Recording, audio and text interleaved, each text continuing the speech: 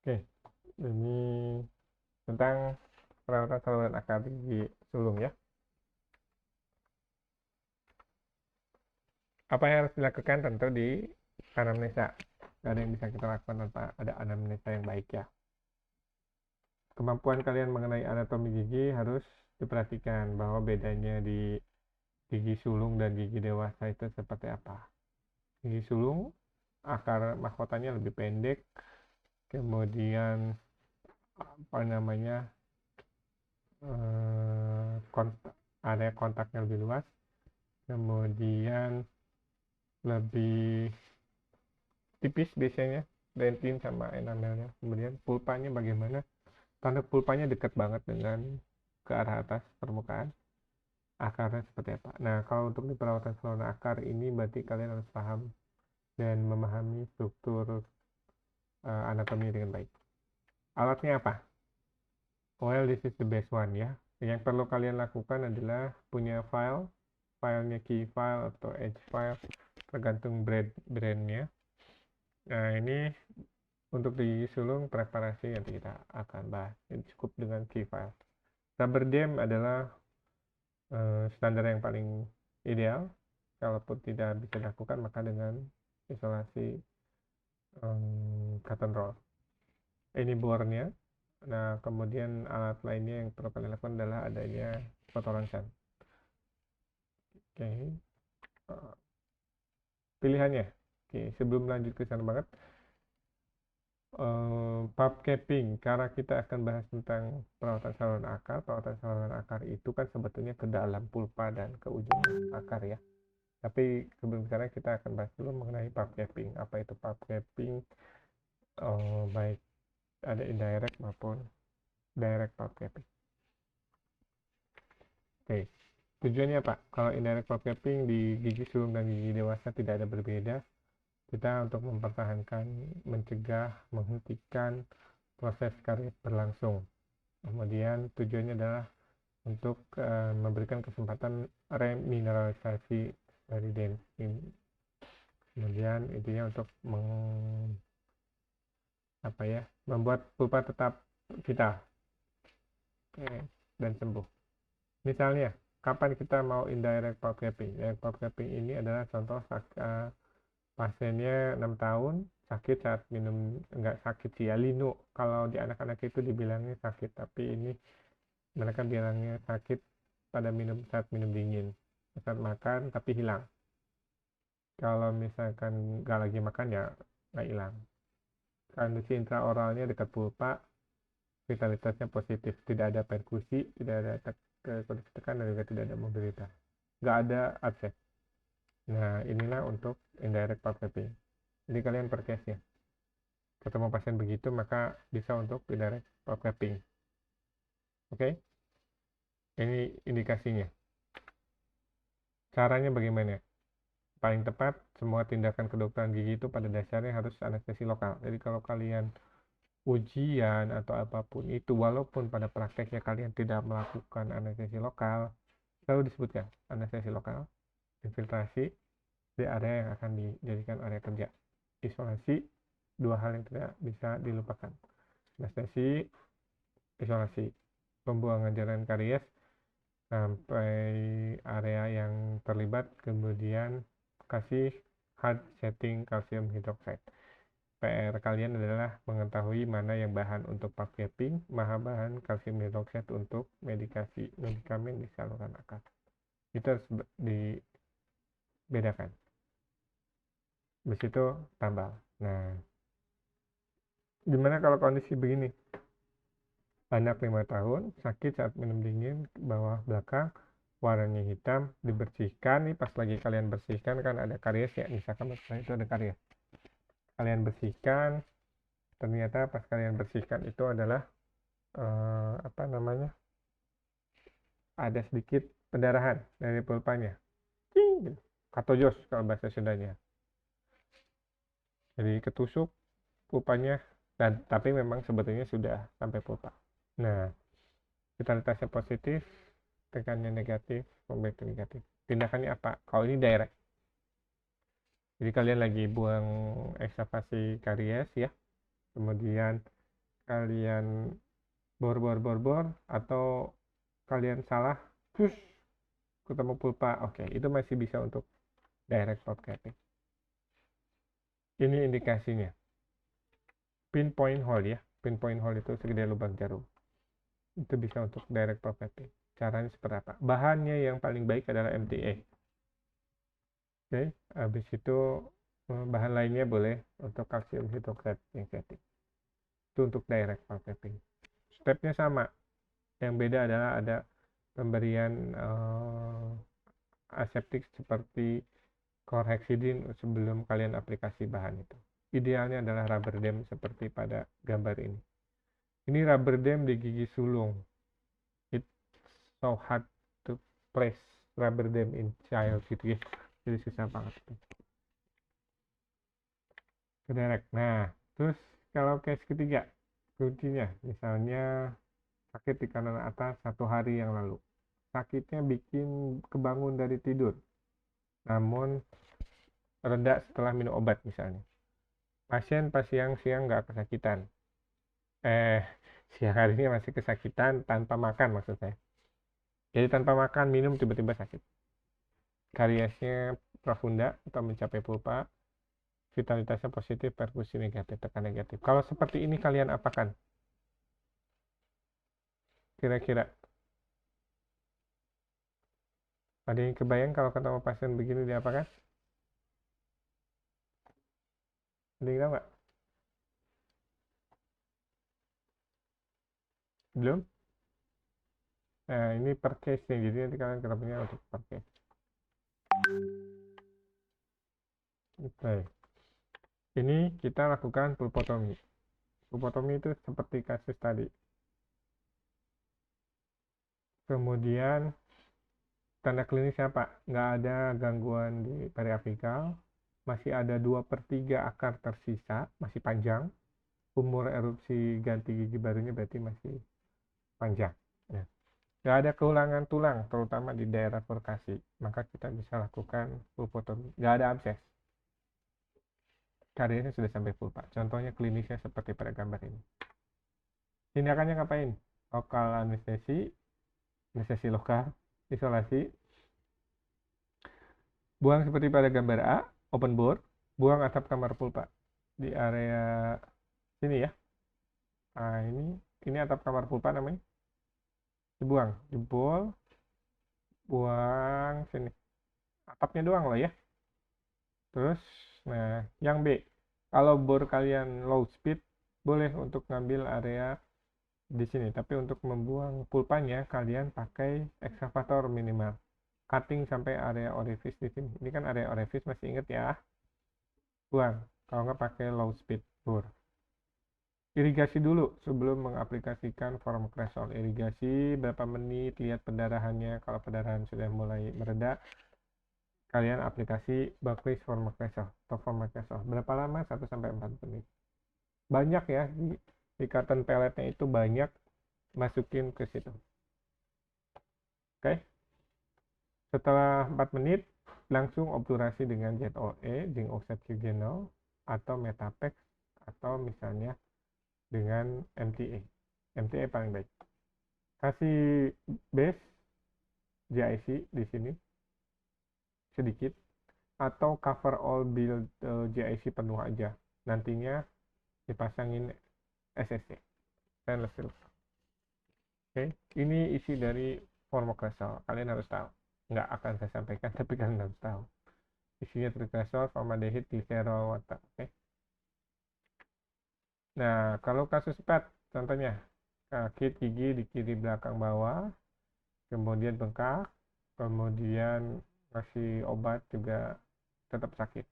Nah, kata kuncinya adalah di sini persekusinya positif, tekan positif, vitalitasnya bisa positif, bisa negatif, mobilitas bisa ada, bisa enggak. Kalau seperti ini, maka kita lakukan pulpectomy. Nah, kalau ini kebetulan di pasien saya yang cukup kooperatif, jadi saya bisa pakai rubber dam. Oke.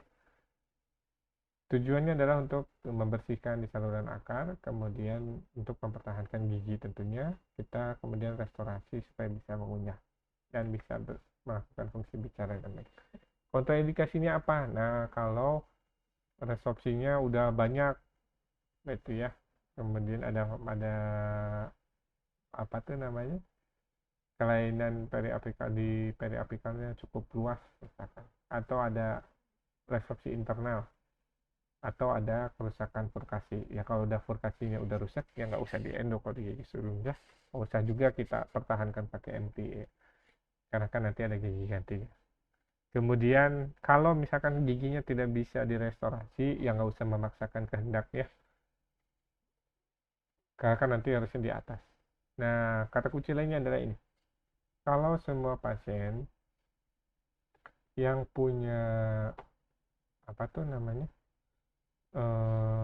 gangguan jantung, congenital heart disease or anything gitu ya, yang kondisi lainnya, maka tidak bisa untuk dipulpektomi ataupun pulpotomi ya, harus diambil. Jadi kalau udah ada gangguan, udah ada karies sampai profunda, sampai ke dalam pulpa, di pasien yang punya gangguan sistemik seperti congenital heart disease atau gangguan jantung lainnya, itu harus diambil. Tentunya dengan langkah-langkah persiapan yang lengkap bersama sejawat lain. Ini harus tahu panjangnya. Apakah harus hafal? Enggak. Kalau kalian nggak bisa hafal, kalian print, kalian cetak, kalian simpan. Oke? Di area tempatkan. Sehingga di umur berapa kalian tuh tahu panjang kerjanya sekian. Oh, sekitar sekian. Gitu. Bahan pengisinya. Nah, ini contohnya yang ada di pasaran. Yang paling disarankan adalah zinc oxide eugenol pure. Itu aja.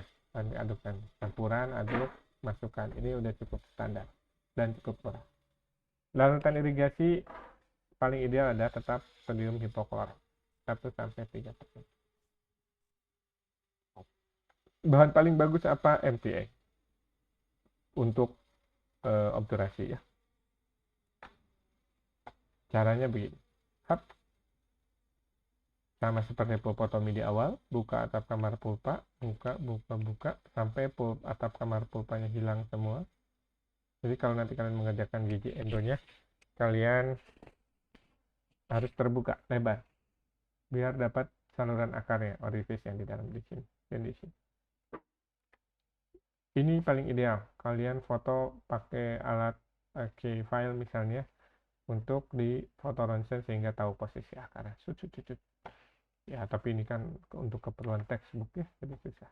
Paling gampang adalah apex locator. Pakai aja ini. Jadi kalian bisa tahu. Kemudian caranya gimana? Ya ini. Pakailah H-file, key-file, tadi saya bilang. Kemudian tiap pergantian file irigasi. Oke. Sebetulnya tidak perlu untuk rimming ya. Lebih dari 30. Nah, jadi kata kuncinya adalah pakai H-file, K-file dari nomor 10, 15, sampai 30. Apakah harus selalu selesai sampai 30? Tidak selalu. Tapi maksimal di sampai 30. Nggak boleh lebih karena nanti perforasi.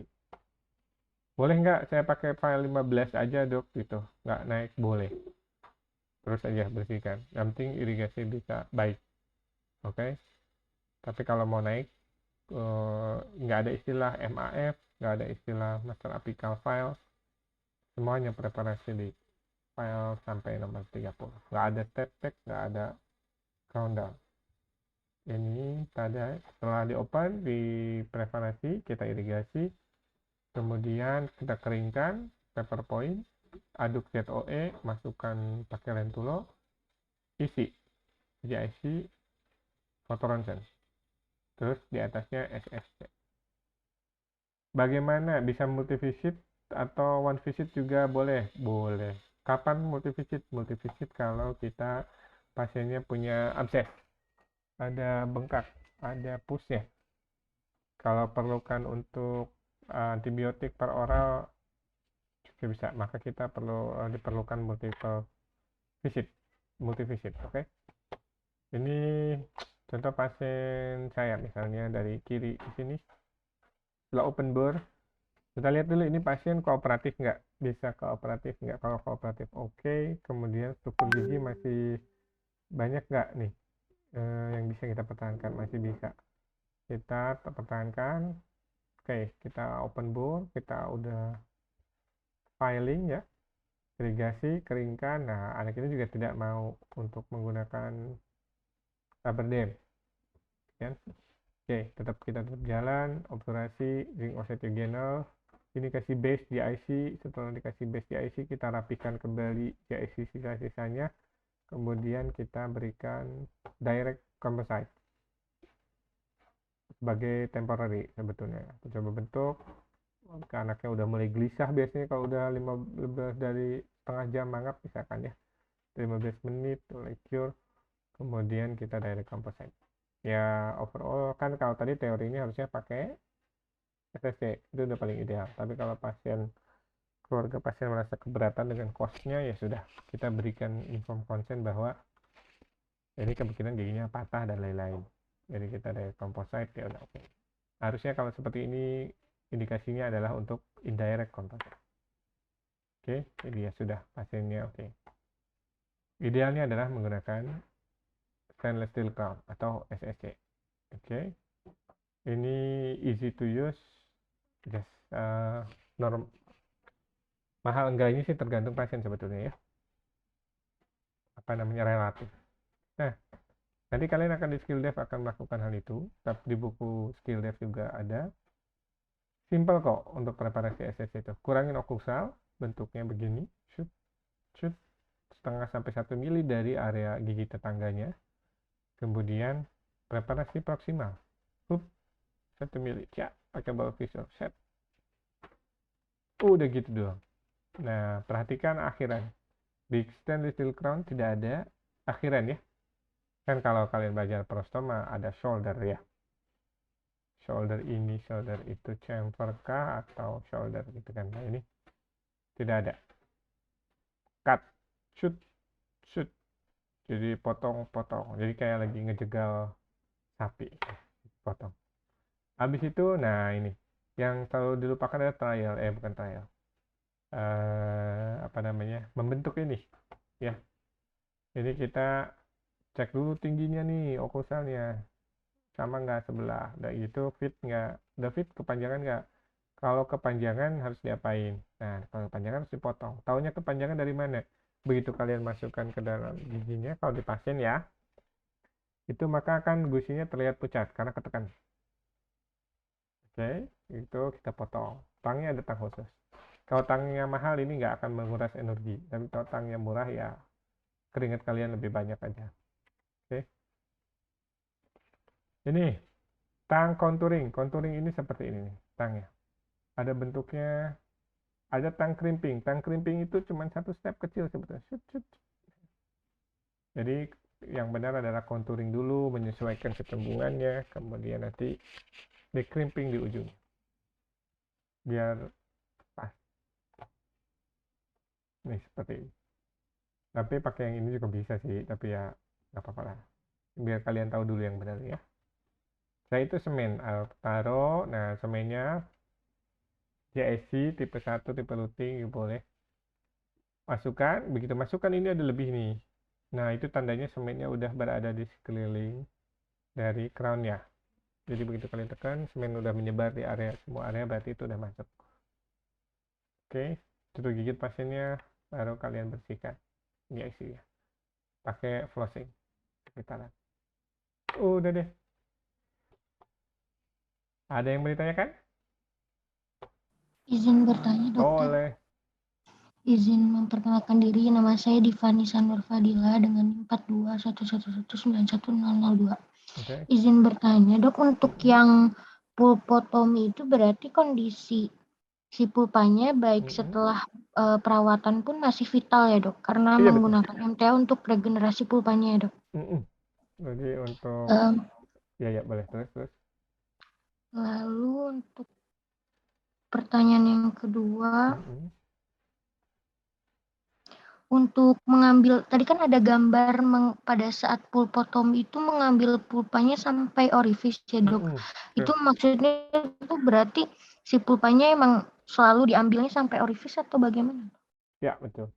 Kalau pulpotomi itu kita membuat si apa namanya, pulpanya tetap di orifice ke bawah tetap vital tujuannya. Ya, kenapa kita vitalkan? Karena kita berharap erupsi gigi barunya akan bisa menghabiskan akar gigi lama. Karena itu bahan yang dipakai itu kalau pulpotomi itu di bawahnya kan tetap saluran akar, tetap apa namanya, bagian pulpa yang sehat ya. Sehingga begitu gigi baru mau keluar tuh dia ini apa namanya, bisa ngeresorpsi akarnya. Kebayang nggak? Ya, makanya pulpotomi itu idealnya dilakukan one visit. Yes, idealnya one visit. Tapi kalau misalkan kalian nanti bekerja di koas nanti, begitu udah kalian kita, kalau kaliannya udah expert ya bisa one visit, boleh nggak boleh. Tapi biasanya kalian setengah hari itu udah ngurusin nangisnya bocah dulu. Nggak mau. Ya. Ini ya. Itu udah menyita waktu kalian biasanya sejam. Ya. Ini apa? Ini tarik nafasnya juga butuh waktu sejam kayaknya. Ya, tapi if you have a good patient, patientnya cooperative, dan kalian have very well gitu ya, bisa selesai nggak dalam waktu 15 menit? Bisa. Tapi kalau kalian open bore-nya juga masih gede, itu juga ya butuh waktu. Makanya kita prepare kalau pulpotomi, oke, kita buat menjadi multivisit pas lagi kalian di koas. Jadi begitu udah open bore, kebuang pulpa, kalian aplikasikan pendarahan terkontrol ya. Pulpa sudah terbuang yang di atasnya sampai orifice kebuang. Berdarah udah mulai berkurang, formokresol 4 menit. Setelah 4 menit kita berikan medikasi dulu. Medikasinya pakai apa? Boleh pakai kalsium hidroksida. Boleh pakai kalsium hidroksida, kemudian tambah sementara dulu. Oke? Atau ada bahan cairan yang lain, itu ada sejenis yang mengandung formaldehid dan lain-lain. Tapi saya sarankan kalsium hidroksida aja dulu, itu yang perlu kalian tahu. Tambah sementara, next week, sejam kan drama lagi, bisa buka. Udah buka, bleeding oke, kalian obturasi. Obturasi JIC crown. Crownnya boleh nggak hari itu juga, Dok? Boleh. Kalau pasiennya nggak bawel, nggak rewel, kalian mampu, boleh.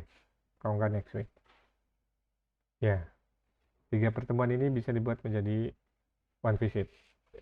Half hour kalau kalian sudah berlatih banyak, pasiennya kooperatif, oke, 1 hour. Bahkan kalau misalkan masih vital, ini kan pas open bore itu sakit ya.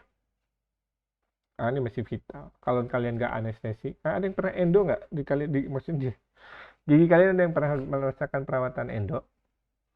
Belum.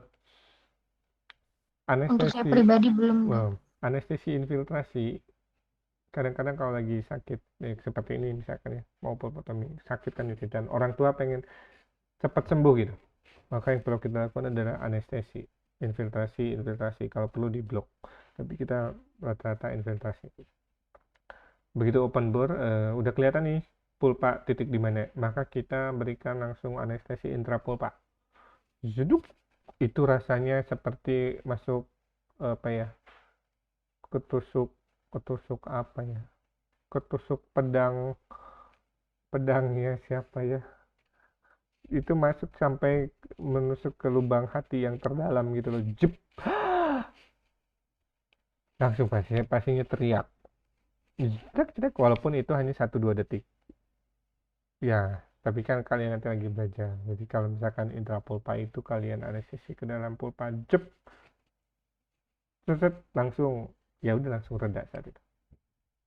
Kalian open bore, kalian preparasi. Kalau anaknya moodnya bagus atau definitely positif, maka dari teriakan penuh dosa itu dia langsung diam. Diam. Maksudnya bertahap ya. Kalau anaknya definitely positif. Tapi kalau anaknya definitely negatif, yo udah tendang sana sini dan lain-lain. Biasanya ya. Udah kalau definitely negatif with orang Bandung yang tidak mau sedikit lebih kota gitu, biasanya mereka akan bilang nyang anjing, nyari anjing gitu. Itu biasa gitu. Jadi kalau kita ada bilang, apalagi kalau merekanya sedikit lebih kota atau mereka udah terkena main dengan anak-anak FF, mereka udah bilang, fuck, gue sudah. Ini beberapa sih, cuma 1-2 pasien. Tapi itu biasanya sama orang tua yang abandon atau bukan hanya abandon. Ketika seorang anak menyatakan hal yang seperti itu di depan umum ke orang lain, maka ada yang salah siapanya?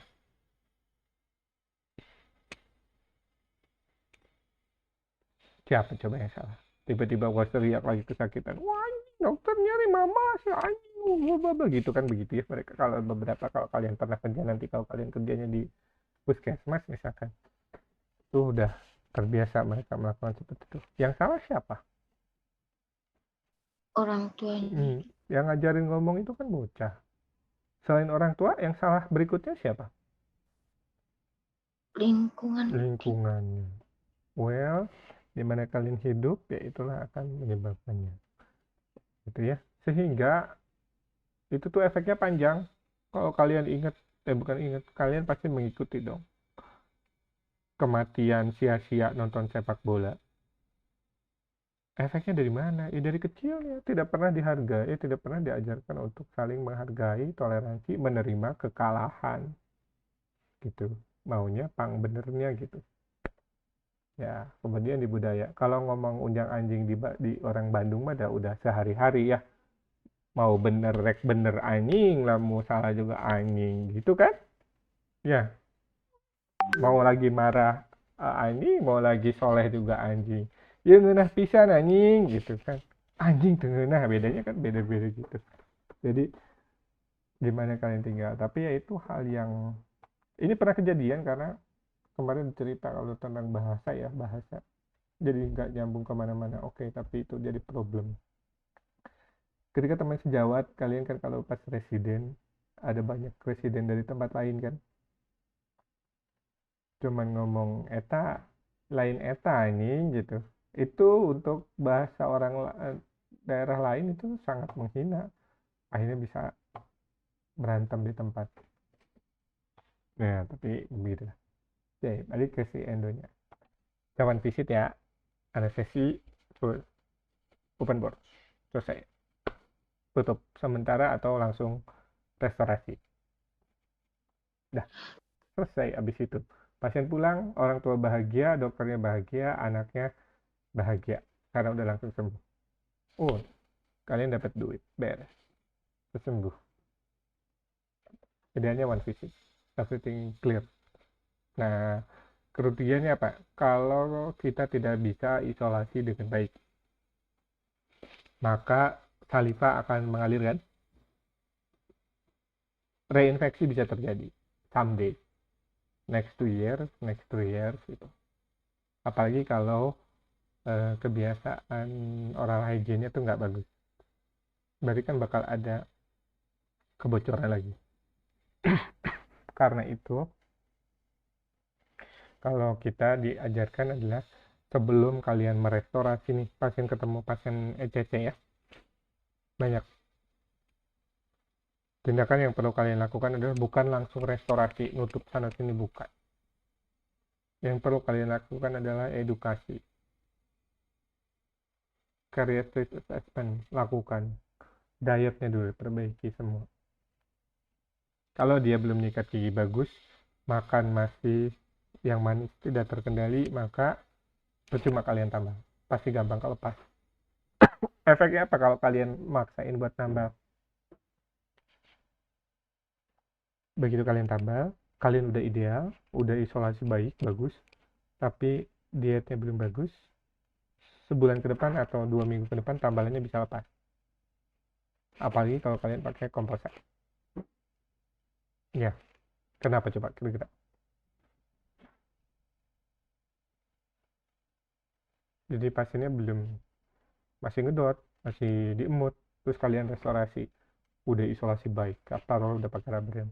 Tapi kalau lepas, kira-kira kenapa?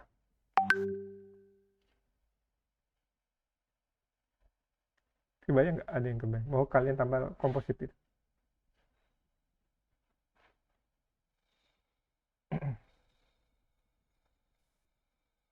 karena ada tarikan mungkin Dok pada saat mengedot itu Dok.